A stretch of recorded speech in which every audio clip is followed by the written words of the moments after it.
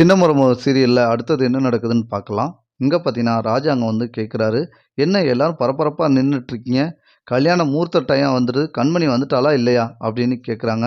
"என்னாச்சு?" அப்படின்னு. "இல்லங்க, இன்ன வரைக்கும் காணுங்க."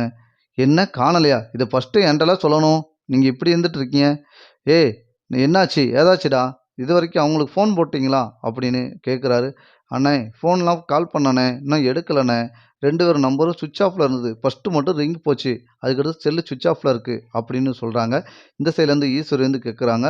"என்னங்க ஆச்சு? என்ன கண்மணி செல்லு ஏன் ஸ்விட்ச் ஆஃப் ஆச்சு? என்ன காரணம்?" "என்னன்னு தெர்ல. 2 பேரும் டீசல் போடுறேன்னு போனாங்க.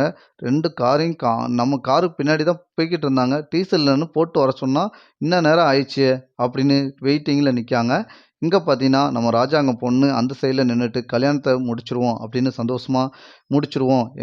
நீங்க ஃபர்ஸ்ட்டு முடிங்க. அப்பன்னா அப்பாட்ட எப்படினானா பேசிக்கலாம் அப்படின்னு சொல்றாங்க. இந்த சைட்லேருந்து பார்த்தீங்கன்னா, நம்ம தமிழு பின்னாடியே காருக்கு பின்னாடியே ஃபாலோ பண்ணி ஆட்டோ புடிச்சு எப்படியோ கல்யாணத்த நிறுத்திருதாங்க. இங்க இந்த சைட்ல பார்த்தீங்கன்னா, தாமரையும், கருப்பனும் எப்படியாவது கல்யாணத்த நிறுத்திரணுன்ட்டு வந்துட்டுருக்காங்க. மாப்பிள தப்பானவரு அப்படின்னு தெரிஞ்சிடுச்சு. அங்க மாப்பிள்ளைய அரெஸ்ட் பண்ணதுக்கு வந்துகிட்டே இருக்காங்க. கார் எடுத்து. யாருன்னு பார்த்தீங்கன்னா, போலீஸு. மாப்பிள மேல பெரிய பேர் மார்க் இருக்கு. உடனே இங்க ஃபோன் போட்டு யார் சொல்றாங்கன்னா, கருப்பன் வந்து கால் பண்ணி சொல்றாங்க. யார்ட்டன்னா தமிழுட்ட. "எம்மா இங்க பார்த்தியா? நீ சொன்ன மாரியே கரெக்ட்டு தான். இங்க இந்த அளவுக்கு வந்து லாட்ஜ வந்து ஹோட்டல் மாரி என்னன்னா, அவங்க சுயநலத்துக்கு எப்பப்போ டைம் பாஸ் பண்றாங்களோ, அந்த அளவுக்கு பொண்ணுங்கள வந்து இது பண்றாங்கம்மா" அப்படின்னு சொல்றாங்க.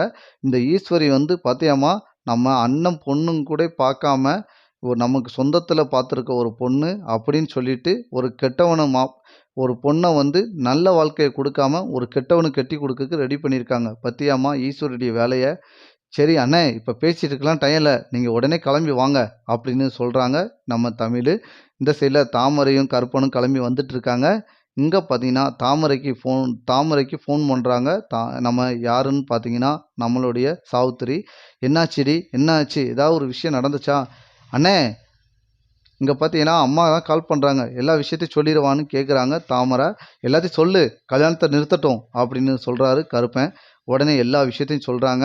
இந்த விஷயத்த சொன்னோனே நேரா போய் ராஜாங்கத்திட்ட சொல்றாங்க. "அண்ணே, கருப்பனும், நம்ம தாமரையும் இவரு தங்கியிருக்க ஹோட்டல்ல பார்த்தீங்கன்னா, கேமரா செட் பண்ணி தப்பான விஷயத்தெல்லாம் செஞ்சிருக்காங்கண்ணே" அப்படின்னு சொல்லவும் தூக்கி வாரி போடுது. ம் "என்ன? இப்படி ஒரு விஷயமா? மாப்பிள்ளைய அரெஸ்ட் பண்ண இப்ப போலீஸ் வந்துட்டு இருக்குண்ணே" அப்படின்னு சொல்லவும் எல்லாரும் தூக்கி வாரி போடுது.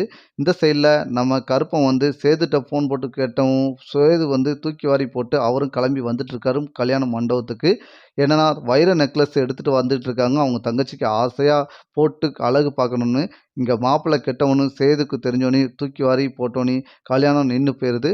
இங்க வந்து தமிழ் வந்து எப்படியோ கல்யாணத்த முடிச்சு வைக்க போறாங்கன்னு நெனைக்கிறேன். அடுத்தடுத்த எபிசோடு இப்படிதான் நண்பர்களே.